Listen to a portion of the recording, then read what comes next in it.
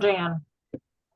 All right, hi guys. Welcome to Taco Tuesday. Tonight we're going to talk about events. We have an awesome panel here.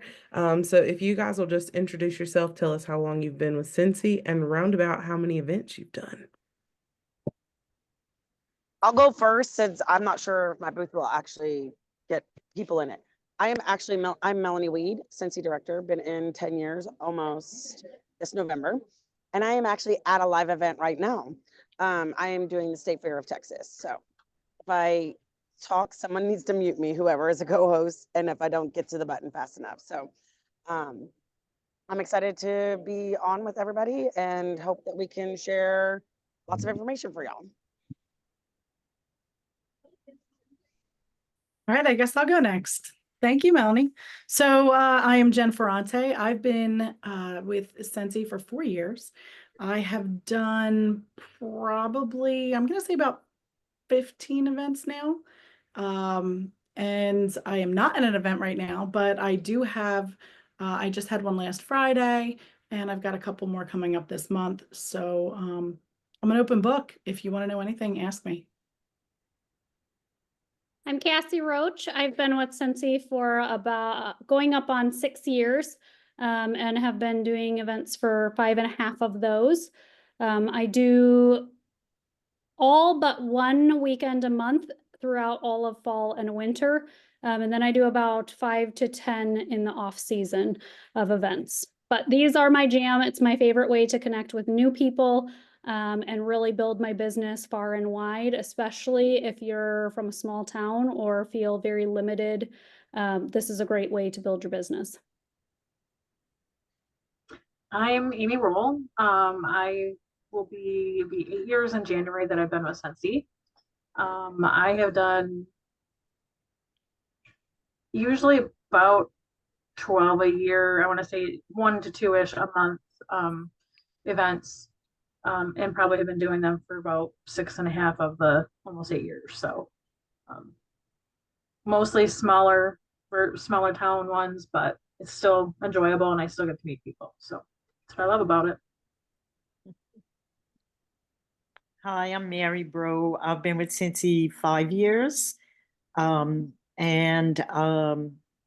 right off the bat, I was doing events, some small 1-day events in my local community. And then I kind of branched out to some 2 or 3 day events in some other areas of the state. And I had an event weekend before last, a 2-day event that I didn't sell a lot of product, but the sales that I did make were all brand new customers. So I got a lot of new customers. So I'm excited about that. And I do about um about 5 or 6 events a year, but I'm ramping that up because I really enjoy it, and I want to get more involved in events. So I'm looking for events to book and try to get in my spot secured in more of them. All right.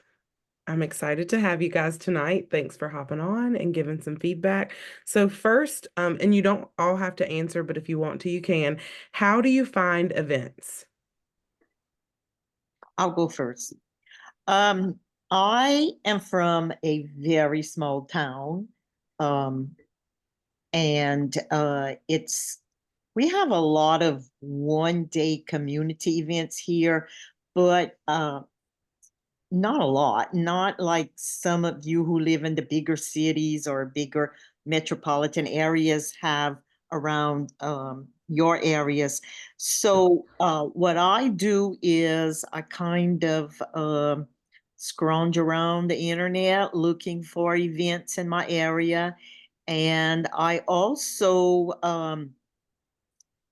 got into some local groups, um, like Louisiana Craft Show and vendor events, and And I found those just from going on Facebook and putting in Louisiana vendor events or Louisiana craft shows, and it gives you a list of festivals and fairs all over the place. And just one by one, I looked up ones that were not too far away from me and would be easy for me to attend and set up, because most of the time I do this by myself, because I have nobody around to come with me to the events and help me out. So kind of have to be very selective in my events. And that's how I have booked my events, just through and looking around at you know how it has on Facebook, how it puts events you might be interested in attending. So I go into that and I look at it and I see what's what, and if they having vendors there, and then I check them out and I'll go from there. So I can back up her. I'm also from a small town. I'm in Michigan. I do the same thing. I look for the events in Facebook. I will go on the internet, but I do a lot like Mary does. I do Facebook. I've joined a couple Michigan vendor things where they'll tell you, hey, this is going on here. This is a good event. I had this last year. So there's a lot of good feedback in those groups as well. So if you join them, you will get feedback from past years as well. So that's very helpful. But pretty much the same thing. I do small ones. I do have my husband to help me, so we can do a little bit bigger, or maybe even 2-day ones. And we do outside and inside. Just depends on where it is. Usually quite local to us, but ones that we've been doing them year after year. So usually we're pretty good about going back because people expect to see us there. So I'm going to think add to that. You've got the Facebook groups and connections, and kind of knowing what is happening in and around your area. If you are in rural towns and communities, you probably know you have like county fairs and things like that. You know, if there's schools having fundraisers. One of the things that I will say that's a little bit different outside of just getting also invited back to events, which is regular, they normally keep your information. When you're signing up for an event, if you've reached out to someone and they say, no, I'm full, ask them to save your information and you save theirs. Because at any given moment, that Scentsy consultant can decide that they no longer want to go to that event. It wasn't big enough. It doesn't work with their schedule. And you want to have that contact. You also want them to reach back out to you. And then on top of it, there's another thing that I'll do also at events is I'm connecting with other vendors.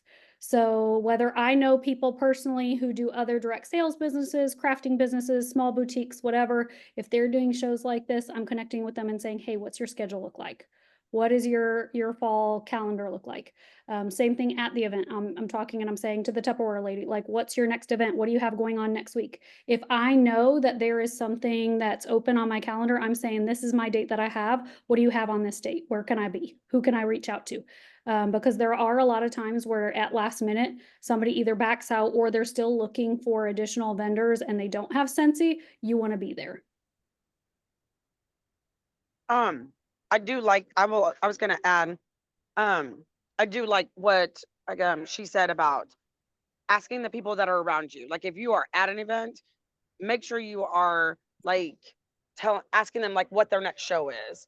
And I don't know, Natasha, if you're just asking questions or asking questions off of like the chat, but I just saw someone ask how much a booth is. I'm going to tell you, like, y'all don't even want to know what I pay for some events. But what I have realized from talking to all of y'all in different areas, it really depends on your like community. Like some of y'all are like, oh my God, you pay that much for your event there. And like Vicky does like a weekend, like shows every weekend and pays like $75 to like maybe 100. And I can't even get a show at that price. My shows range anywhere from $350 to a couple of thousand. So I think you don't worry about how much something costs. My first shows I did were really small $25 to $75. That was all I could afford. But I will say, make sure you're paying attention to like how it's being advertised, who's really putting it on, how many years it's been, that kind of thing, because some of the lower events may not be as big in the community. And so then you're not going to make as much money because if they're not advertising and putting money into advertising and everything like that. I don't know what everybody else's math is on what you consider a successful event. But my goal, because I need easy math because I'm not smart in that, is 10 times the booth. So if I paid $25 for a booth, I'm totally expecting to make $250.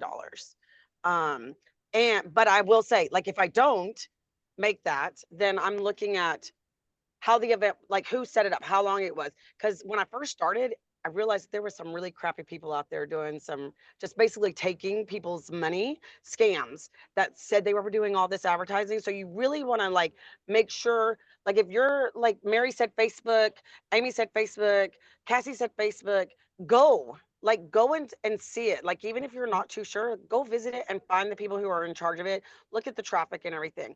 I look at like the advertisement. I look at, once I've done the event, if it was a bomb, what the weather was like, and that kind of thing. I always, rule of thumb, give an event 3 times before I cancel it.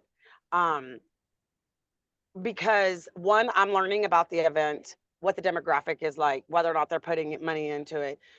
2, I'm just getting situated. And by the third one, that people like to come to events, especially if they're yearly events or quarterly events, and they're coming to look for you. So you may be the new guy on the block. And so people be like, oh, I don't know, is she going to come back? And so like each time you like get them. So you really want to make sure that you're looking at all of those things, and don't pay for an event if you cannot afford the event. But then, and don't worry about what the stock you have to bring. My first event literally had every warmer that was in my house and that I was willing to sell, because I saved all my boxes. So I was willing to sell them. I only did the warmer and scent of the month. And then I had like a few bars and mainly testers. So don't think that you have to do a big like stock. You build up to that. You don't start out that with your first show. And I'm sorry, Natasha, if I went out of like thing. No, just kind of wrapping up what everybody else was saying. I think everything is important, all of that. One of the things that I didn't hear though is going to an event as a customer. Yeah. That's another great way that I found some good events. Talk to the people that have booths different than yours. It doesn't have to be a Scentsy booth. It could be any booth, any craft. And ask them like, oh, share your business with them. Tell them that this is something that you'd be interested in doing, and ask them, hey, how did you find this event? Who's your contact? So same as what everyone else said, use all of the outlets that you have, and word of mouth from friends, family. I don't have kids. I feel like one of the things that in a way kind of holds me back, because I don't have those connections that a lot of parents have with, students and their teachers and their families. So I feel like, I can still reach out to my friends, their kids, their connections, and find out that way, like what schools need fundraisers, what things like that. So different events to try to get. That's an excellent point, Jen, because I was gonna say, when you do have an event, if it's a local event and you can go check out where the event is going to be and what the setup is going to look like, I find that's very, very helpful to you also, because then you can see, I mean, they say, well, you have a 10 by 10 booth or a 10 by 12 booth, but then, how many of us can picture, unless you've done event after event, that what can I put in this 10 by 10 booth? How big is 10 by 10? Unless you go in your living room and you measure out 10 by 10. But will you have electricity? Now, about price, if you're going to have access to electricity, a lot of people charge extra for that. If it's an indoor event, it's going to be more expensive. Of course, the length of the event is going to determine the cost also. So there's a lot of factors that go into the cost of a booth at these events that you just have to go and check out. And like Melanie said, if you can't afford it, don't do it. Find some cheaper or less expensive events to start out with until you can build up, get accustomed to doing them, and get comfortable doing them. Then you can invest more into them. And I'm like Melanie too. I'll take warmers that I have around my house, and I'll just wrap them in bubble wrap and bring them and set them out and just say, oh, you like this? You want one of these? Well, that's one that has to be ordered because this is mine, and I don't want to give you a used warmer. And 9 out of 10 times they'll say, oh, fine, that's fine. And then you get a sale and you get PRV on it. So bring what you have. You don't have to have an excess of inventory to bring. Nobody's suggesting to go in debt. Do No. not, like, if you cannot afford it, do not buy it. Like Orville always says, right? Someone correct me if I'm wrong. Spend Scentsy money on family, not family money on Scentsy. So if you can't afford to buy the event, or if you know that it's not, like, I'm not gonna lie, like I couldn't afford to buy all the stuff that I bought at the state fair, right? But I also know that it's a good event. I'm gonna make it all back. So like you have to also, like, sometimes you can gamble that way, but if you truly cannot do it, do not buy a bunch of stock.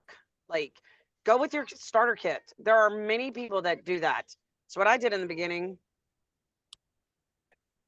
And another thing that I just want to point out is my very first event, my sister is my sponsor, and we did it together. So if you have a teammate or a friend or someone else who is a consultant who is maybe interested in trying it out, go together. First of all, you have more stock when you're going together. You're not going out of pocket to invest in things. You're splitting the cost 50-50. We actually kept track, like this is how we were taught to do garage sales when we were kids. You put the number, like the price, and then you put the person's letter. Like that's how we kept track for ourselves. You can do whatever, you can split 50-50, but we just wanted to keep track of whose stock was whose so that we knew who needed to reinvest in something. Because that's, you know, the end goal is to be able to reinvest and get more PRV out of it. But that was something that we did. We also used what we had as far as resources. We borrowed a tent from our parents. We borrowed tables between a church, our parents, and what we had. My wax bin was literally this plastic 3-shelf thing that I had in high school to store extra junk in my bedroom. Like, you just pull what you have at first, try it out. Do not go out and buy brand new tables, a brand new tent, all the little wax displays and everything. If you've got cake stands and whatever at your house that you want to use for decor and to show spotlight things and whatever, bring that. But don't go into it, especially if it's one of your first few events that you just kind of want to try and see if it's something that you like or you're comfortable with. But definitely coming in with a teammate or a friend, or if there's somebody on your team who does them regularly and you see them and you feel like they're successful, ask if you can join them. Ask if that's something that I'm doing with my team, is asking, say, this is my calendar. Do you want to come? If you want to see me in action, if you want to be in action yourself and get a taste of it, come on by and see the setup, check it out. Because there's a lot of things that you don't know until you go and you experience it for yourself. And so sometimes putting that money down is a gamble. And like Melanie said, sometimes it's worth it. Sometimes you're going to get your investment back, and sometimes you just learn. And I wanted to point out too that, you know, when we talk about sales is great. But I already saw someone else say in the chat that it's the connections that are key. Just this last, not this year, but the year before, this past one for Hawaii, I don't even know how many sponsoring points, 15 or 16,000, which to me was huge. That was huge for me. I've never had that many sponsoring points before. And it all came from connections at events. I had 9 people join from events, whether it was a special, whether it was them getting their party information and booking the party. But that way I was able to get them and bring in that certified and work on those sensational start levels and things like that. And many of them are still with our team. So That's an opportunity. This year, I am not a big party person. I will share that. That is why I do vendor events, is to connect that way. But I had 3 people reach out already just this last 3 weeks saying, hey, I want a party. And I was like, whoa, I didn't know that anybody wanted to party anymore. Okay, sure. We're doing parties now. So, those connections are key. Another thing that I want to say really quick, because my battery's going to maybe die if I don't plug in soon, is that there was an event that I literally had $50 in sales.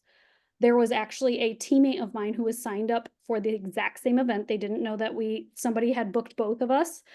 So we were both there. She didn't do very well. And at the end, I had the choice of either sitting with my $50 and saying, okay, I made like $10 and that was for, a 6-hour day, or I do something about it. So I went around to every single vendor and asked if they would donate a buddy for our buddy drive. And every single person bought a buddy, except one actually took the buddy home. So, but it was great for connection, and it boosted another 300 and some dollars for an event, and obviously for a good cause. So just, think outside the box. Don't think focus just on sales. Think about those connections, relationship building, getting information. And this year specifically for me is more about getting people on my socials, because I struggle with figuring out how to do this whole following thing. I am not super fancy on Facebook. Instagram is awful. TikTok awful. Don't like any of them. So if you are an old soul like me, get your people on your Facebook, because that's, if you say, hey, I'm on Facebook, and they're like, oh, me too, that's your person. That's your people. So connect with them on Facebook. Just say, hey, is it okay if I add you? I've only had one person say, and I was like, okay, cool. Well, and to follow up with connections. So even before Project Broadcast and Amy on Workstation, I always, if you're not getting contacts at your events, then Hold on, Melanie. Hold Oh. on. That's the next question. So that's Okay. what Melanie is about to answer is they keep telling us, get these contacts and get this information. How do we do that? How do you get that information to make sure that we can follow up with these people?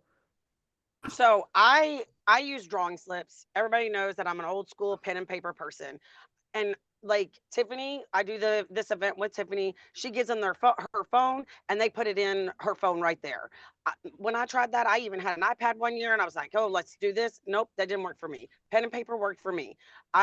When Amy was there, I even still put everybody in Workstation, y'all. Like, I'm still old school and put it in there, and I will legit put it in the notes. I write down everything that they ordered if I grab that information. Sometimes if it's busy, I don't, but I write things down. Like, I've had several conversations about people who are moving, whether or not they had a baby or their kids going to college. I write all those notes down and I put them in the notes section in Workstation.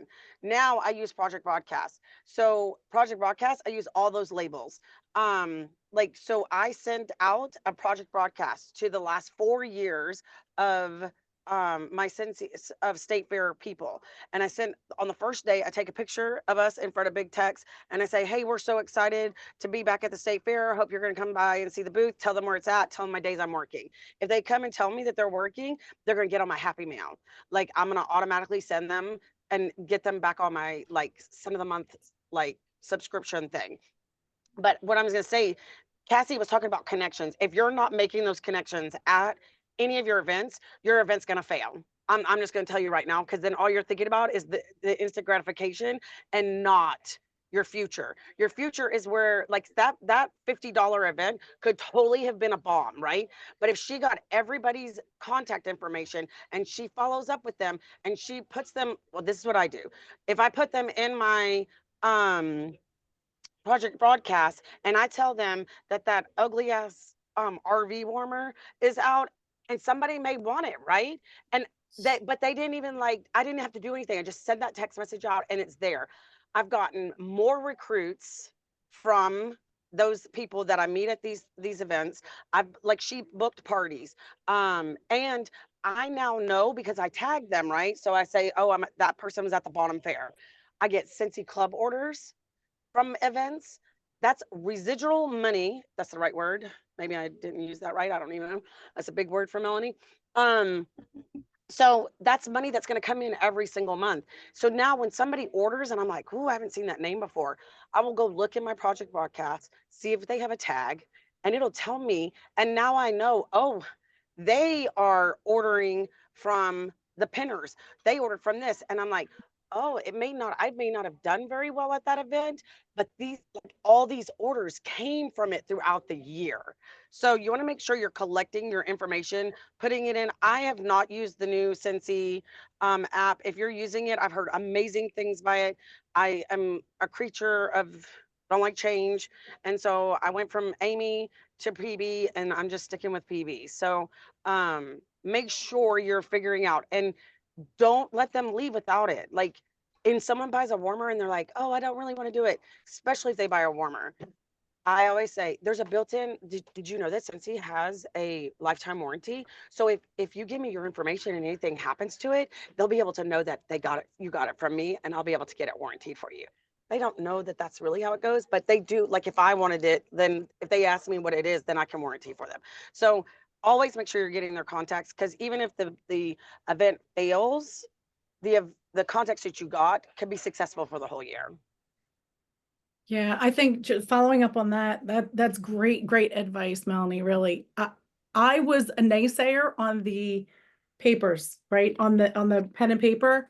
I thought, oh, well, no, Popple's better. But a lot of people, they were like, what do you mean? I just tap my phone. No, that's good. I'm good. This, when they're checking out or when they're smelling stuff, hey, would you mind filling this out real quick? And maybe I could count on one hand and not even use all 5 fingers how many people have told me no thanks, that I wasn't able to say, oh, well, something that well I can, maybe if you want me to send you a sample, or you said you like cinnamon, I'll let you know when the cinnamon scents come back. You're connecting with these people, you're talking to them. Get them, if you just ask them to fill it out, by that time you've probably already built a little bit of a connection. Even in that 2 or 3 minutes, they're going to fill out this form for you in most cases. And then, to your point, you've got to put notes on there if you have time. Sometimes things are going crazy and you've got too much coming at you and you don't get a chance to put the note on there, what they liked. But, if you have the conversation and you have that chance, if you can put a note in there, put a note, what they bought, what you talked about, what scents they like, if their son's graduating, if they've got a baby shower coming up, whatever you talked about, use that. That makes it more authentic. Like Yeah. when she's saying that, it makes it, because then they think they automatically are like, oh my God, she remembered that my daughter's having a baby. And they Like usually thank you for it too, right? Exactly. Like I you don't completely think that those little remember. notes are important, but they are. Yes. And I also wanted to piggyback on that. So I'm kind of shifting just a smidge back to what do you bring and feeling. I hear a lot of people, even who have done events for a really long time, even I sometimes feel like I don't have enough, or I don't have enough of certain things, or I don't have the brand new whatever, or, oh, I sold out of service and sacrifice, which I know is going to get attention at every single event. There are certain things that I'm like, I don't have that. I don't have that. I don't have that. What do you do when you don't have it? You shift gears. You either show them what you do have, or this is where you can jot down that note and say, hey, can I take down your information? I know I have one at home. Maybe you sold the one that you had at the show, but you have one at home. Maybe it's, I'm going to follow up with you and we're going to get you on an order. Or if it's a bar, you can talk about the Scentsy Club and that kind of thing. So really jotting down those notes. Last year for one of my events, someone came up and said, I want Homestead Holiday. Didn't have it, right? So I jotted it down, had her information. No joke. I just had my my club order run. So I had 5 bars stacked up, and I texted her and I said, hey, I'm going to be at Wilmington this Sunday. I have 5 bars for you. She says, okay, well, I'm not there this Sunday, but I'm going to be there next Sunday. Can you meet me? So this person was like, oh my gosh. And then we went into the whole conversation of, you remembered me. You knew that I traveled here to meet my daughter and all the things. That's where you're building those connections. That's where you're having genuine conversations, building real relationships within, you have 5 to 10 minutes with these people, 5 to 10 minutes. So be very intentional about your conversation and about your approach.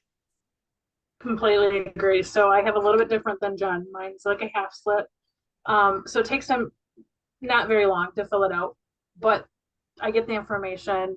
I do monthly mailers, and so if I do events and they want to be on my monthly mailer for 3 months, they get stuff from me, and then after that they get a digital newsletter. But that's my best way of contact with them. Now, I wasn't very good about it. You do have to push yourself to actually and ask them to fill it out. So, and I will compare, because last year I had maybe 10 for my fair, and my fair is not as long as Melanie's. My fair is only a week. But I had 10 people fill it out last year. Now this year I got out of my comfort zone, which is very hard for me to do, and I got 30. Now 30 might not seem like a lot, but to me it was a lot, and it pushed me very far outside my comfort zone. And I had a lot of good conversations just by doing that. And so I made those connections. I've been reaching back out to a lot of people, or they've been reaching out to me, for just sip and sniffs, not necessarily even parties or anything like that. They just want to sit down and have a conversation and smell the scents. And I am completely okay with that. So that's still making those connections and going back at that. And I'm going to kind of piggyback off what Cassie said. If you don't have it, and Melanie probably is going to laugh because she knows I do this, make little signs. If you have like page protectors, now sometimes I do this. This is what I take to some of my bigger events that I know I'm going to be there for a while. I took this. Guess what?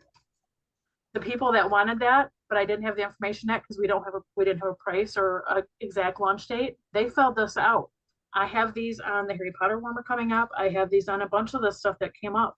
So guess what? I was able to reach out, touch them again, and say, I have your information that you want.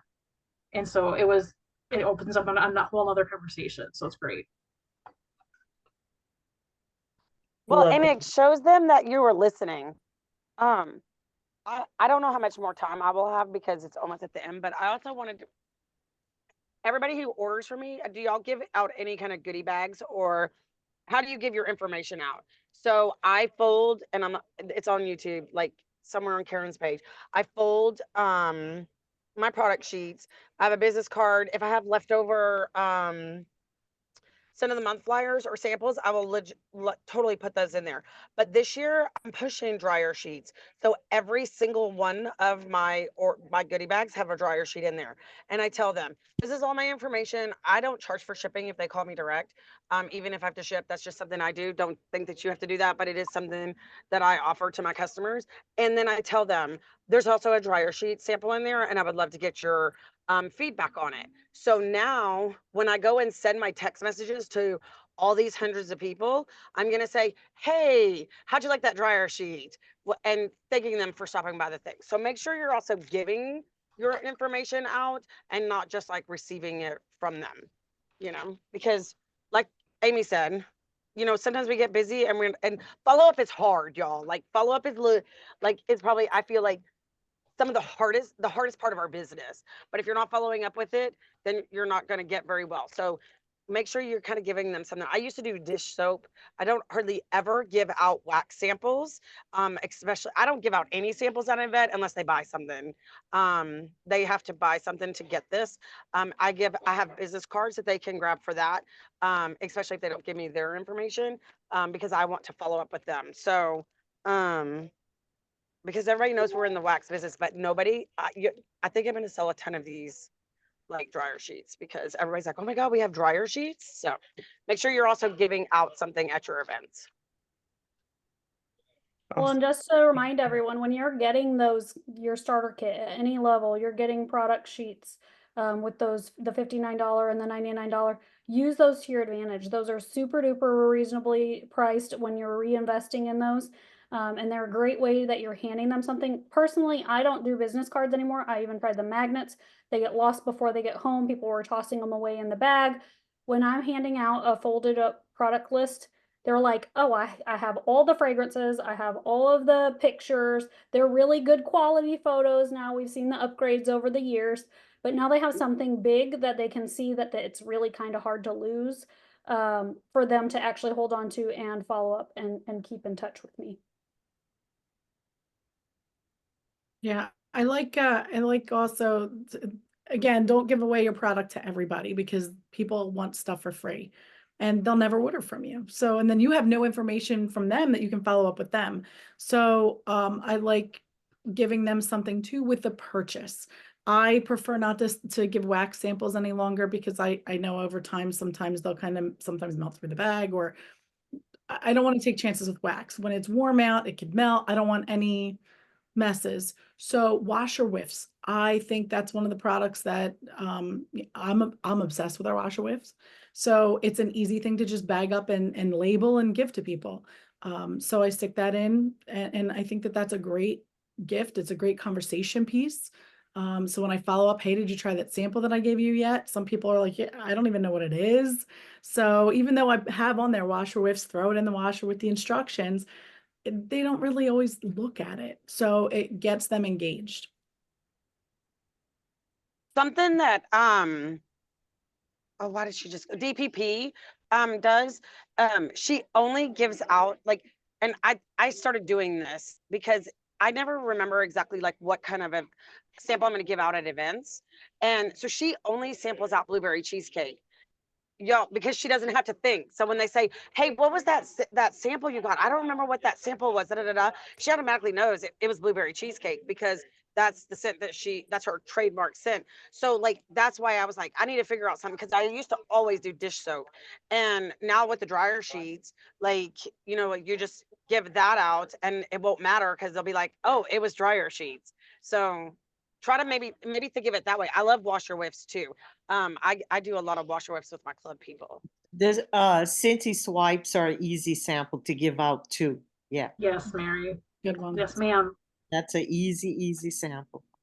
And I'll say, that's what- when I that's first what I- started giving things out at shows, I actually took the old testers, whether they were current or not, and I had these little circle thank you stickers from Amazon or wherever, and I just pop them on and it just said thank you. And so I'd ask them, I'd give them free if they made a purchase, or if they hadn't made a purchase, they were just kind of in there and asking about them. I actually would ask them, that's when I would say, hey, if you want to fill out, a postcard or whatever it was that I had that day for them to fill out, you can take a couple of the samples. And then when they would reach out and say, hey, I want, this or this, if it's not a current one, it was no big deal. Then I'm offering something that we do have that's similar. So that was something I did. In the very beginning, I used to do giveaways. You'll see some consultants do giveaways. I no longer do giveaways because to me, I can personally feel comfortable getting contact information and building a relationship without that. However, what I will do is I always do a show special. So during flash sales, I'm stocking up on the super duper cheapos. Whether it's a scent pack, whether the most recent one we had apple and cinnamon sticks fragrance flowers for pretty cheap. I'll stock up on super cheap items, and that way I have something to give them extra. Even if it's not current, again, you can always talk to them because now I'm introduced people to a fragrance flower. And what I did was, I think they were maybe $6 at the time that I purchased them. I can't remember exactly, but maybe $6. And so it was, if you purchase $60 or more, you're going to get a free fragrance flower. That's simply 2 6-packs of wax. That's a 6-pack of pods and, a counter clean or whatever. And that normally bumps them up to that higher tier of a price point.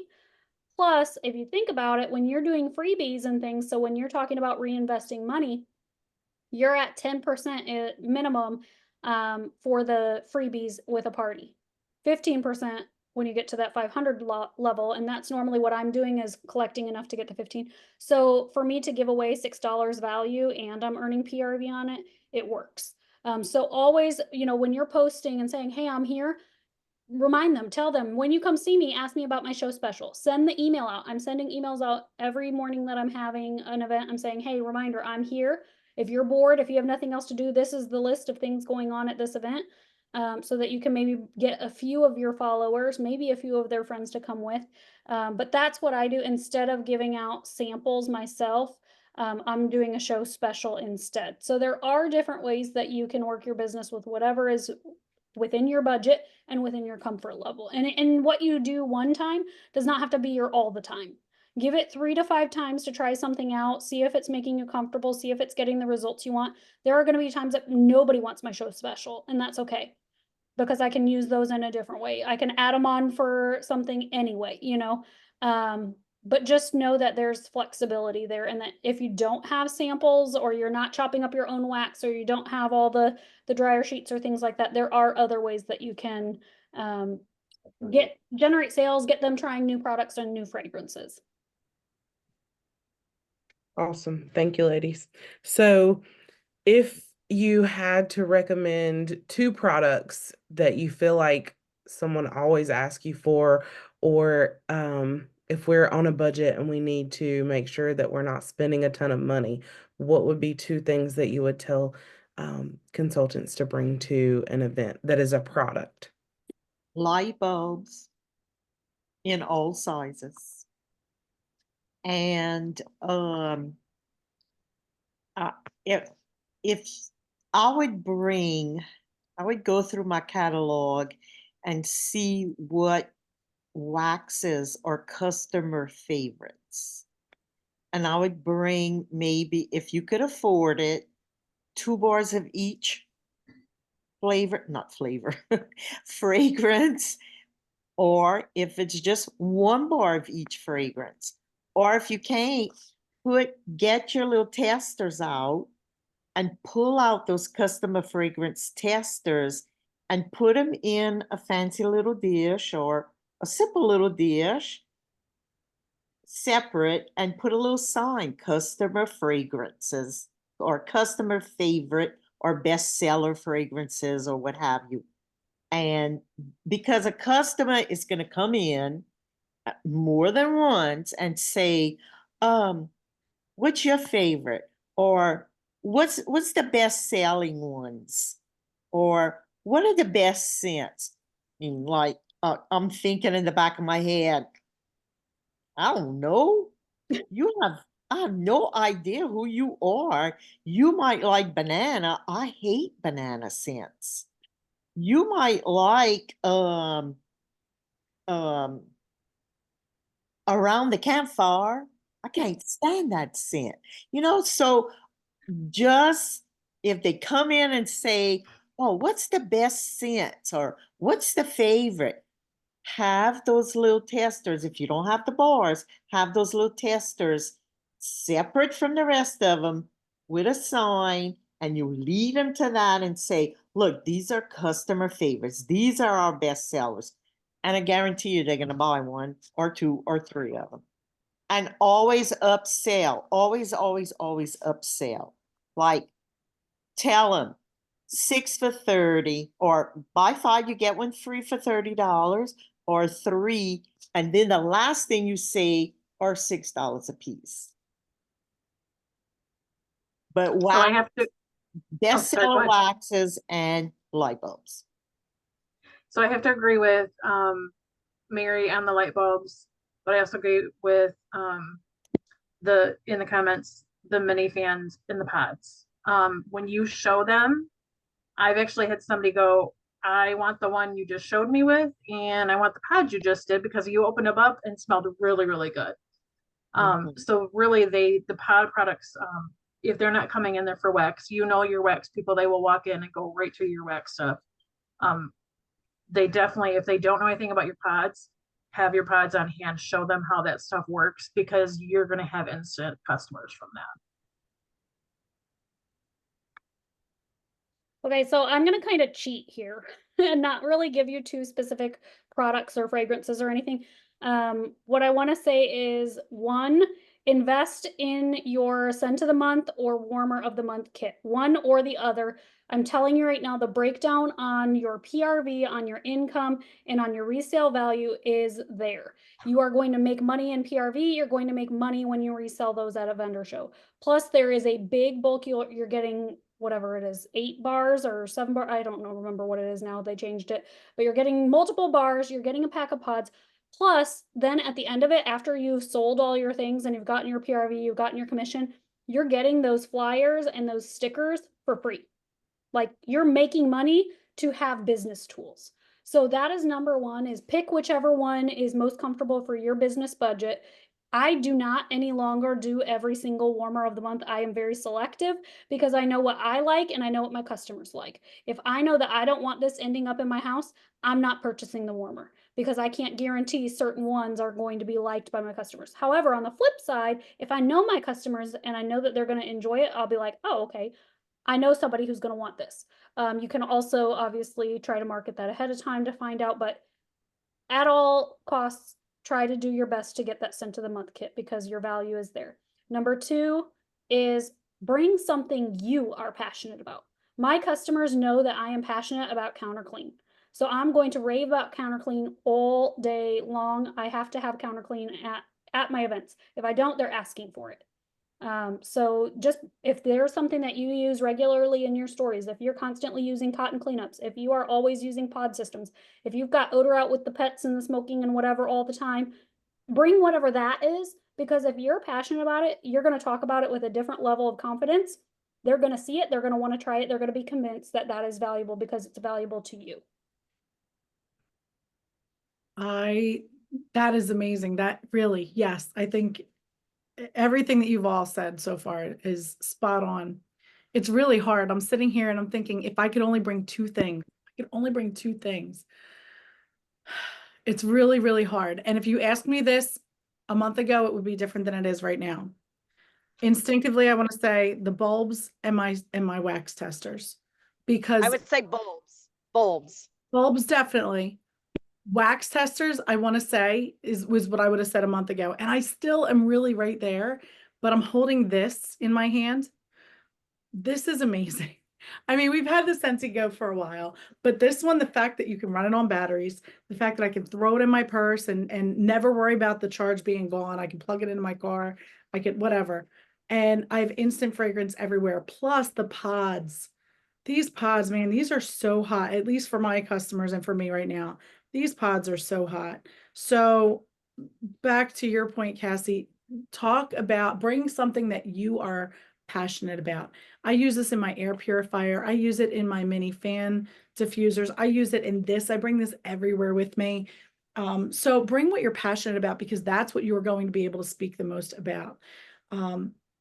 But I will say, if you're not super passionate about the pods like I am, definitely the wax testers, because that is the foundation really of our products. So if you can get those scents under people's noses, that is what is going to draw them in. To Mary's point, one person's yuck is another person's yum. I might not like what you like. So, and you're always going to get those people that say, what's the best scent you have? All of them. It just depends on which one your nose likes the most. So get the scents under people's noses. I love, like Cassie said, what you're most passionate about.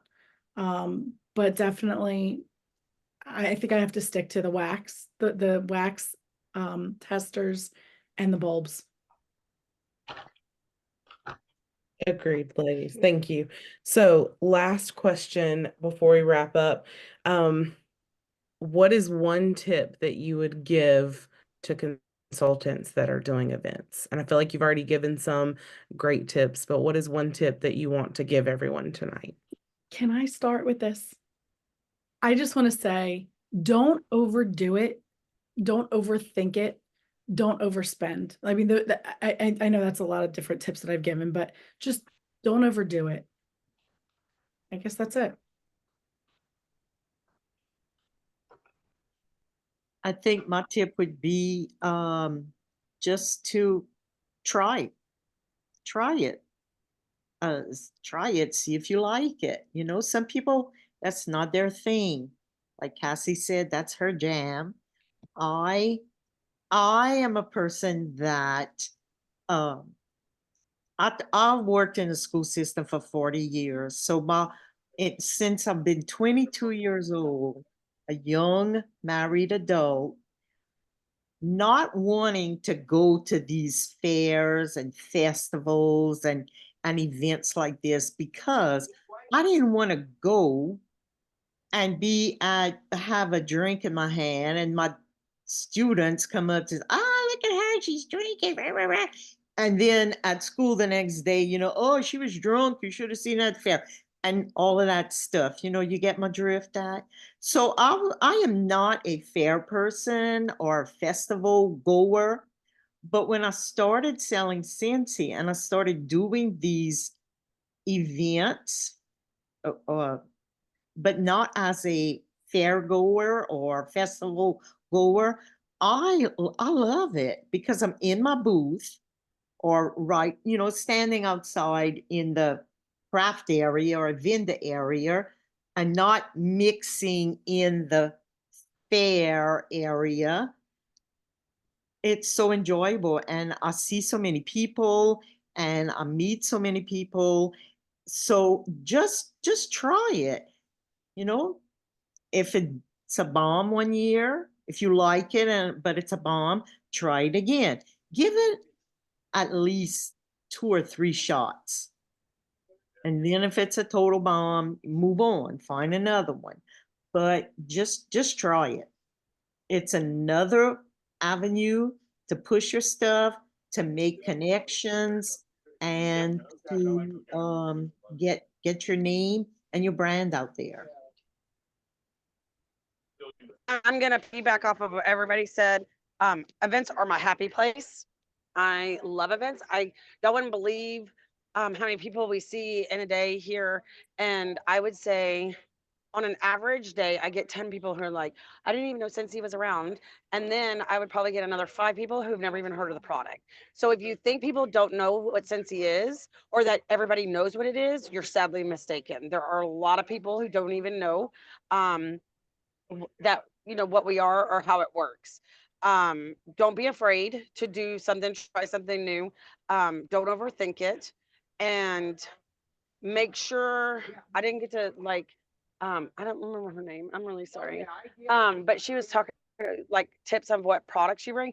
Bring the products you're the most passionate about. If you bring a product and you don't know anything about it, you're not going to sell it. And then you're going to be like, I didn't sell any of those. So make sure you're bringing things that you can truly be comfortable and talking about, because that'll make it easier for you to talk to people, and don't be afraid to talk to them. So try it. Like we all have the same thing. Just get out and do it, but don't overthink it. And if you have any questions with anything, you can call somebody. Like all of us here on this panel, we've all been here. We all had our very first show, and we were scared to death. And I'm going to challenge everybody, at least everybody on the panel, to go dig in your archive of pictures, and let's go on the Scent Warrior page and show everybody what our very first vendor ever looked like. I Because love that. obviously some of us have been doing vendors or shows for a really long time. So our shows look amazing, and you think that that's where we started at. And I promise you, we didn't. So I am going to go and I'm going to look back. And my very first, I think it was a Hawaiian luau theme. It was a total bomb.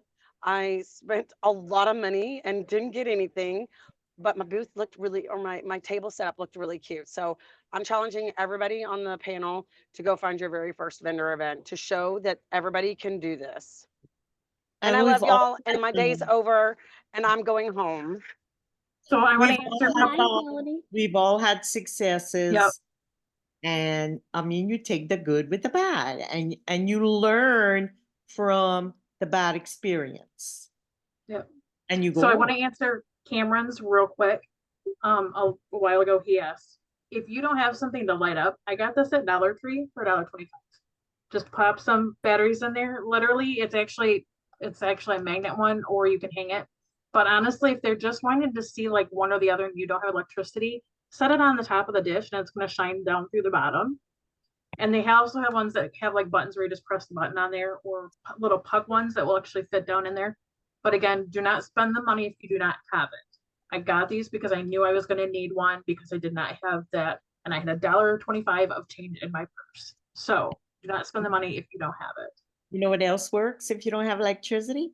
Your flashlight on your phone. Yep. You Yep. shine it in, like you put it where the wax dish is, and you shine the flashlight down, and it'll show it. It's not going to give it the perfect effect, but it's going to at least light it up so that you Give can them an see idea. it. Yeah. On the little mini warmers, you put your phone, your little mini warmer on top of your phone flashlight, and it'll shine through it. So that works if you don't have access to electricity. And yes, And Cameron, definitely wear I fancy gear. if I don't have electricity, and most of the time, even if I do have electricity, I do not put any waxes in my warmers.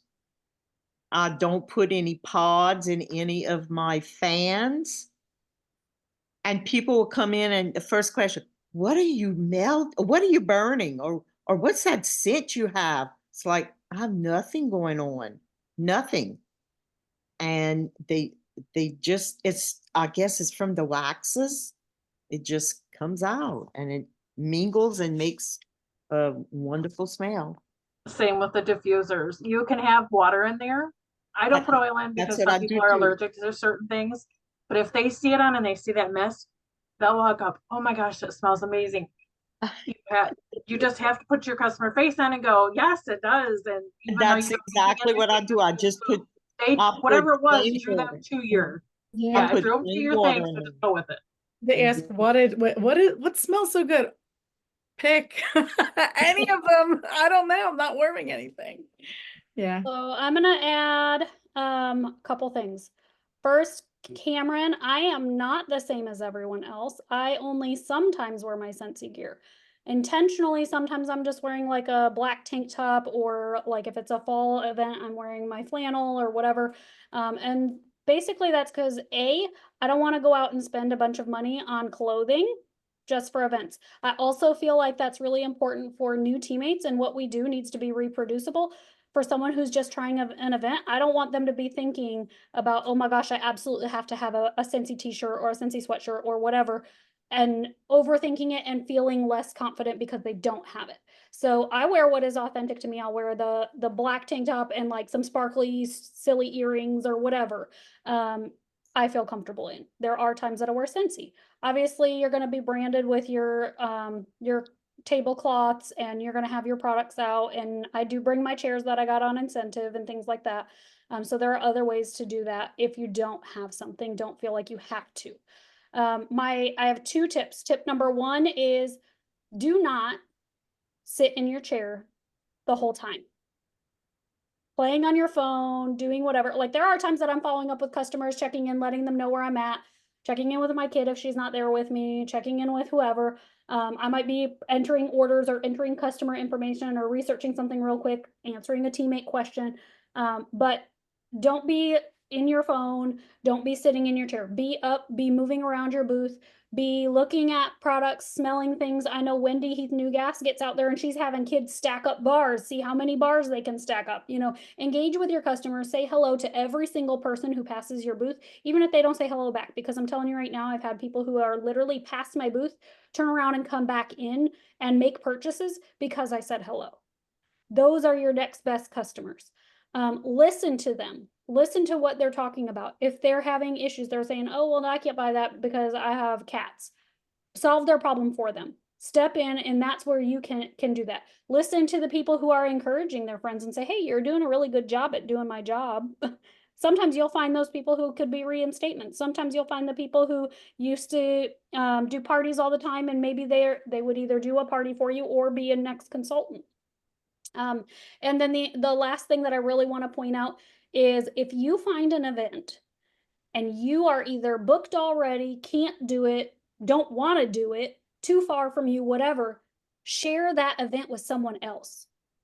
Share it. Stop being selfish, because I know all of us, we're out there looking for ourselves. We actually started creating a team chat for my team, and it's anybody who wants to be in on vendor shows, wants to consider them, and we share. We say, hey, I'm already booked on this date. This is available. It's kind of in somebody's area. If somebody wants to snag it, they snag it. If they say that they've got it, we let them know. That way we are taking control of making sure that we're not double booking an event. Because like I said, it happened to myself and one of my teammates, and it felt awful for her to invest the same money that I invested, and knowing that neither one of us really came out with anything huge that day. You're also splitting customer contact information, all of that. So you want to take hold of that control, because some of these event coordinators are in it for the wrong reasons. Some of them are willing to sign up 3 and 4 and 5 Scentsy consultants just so that they're getting the vendor fee, and they don't really care how you do. And unfortunately, that's the reality. Most of them are not that way. I will say that, but there are a couple of them out there who will be. So this is a way that we can know that for sure that within our own team, we're not double booking. But don't be selfish, and just remember that their success is also your success, and it's going to feel good when they come back and say, hey, thanks for that event because I got this, this, and this off of it.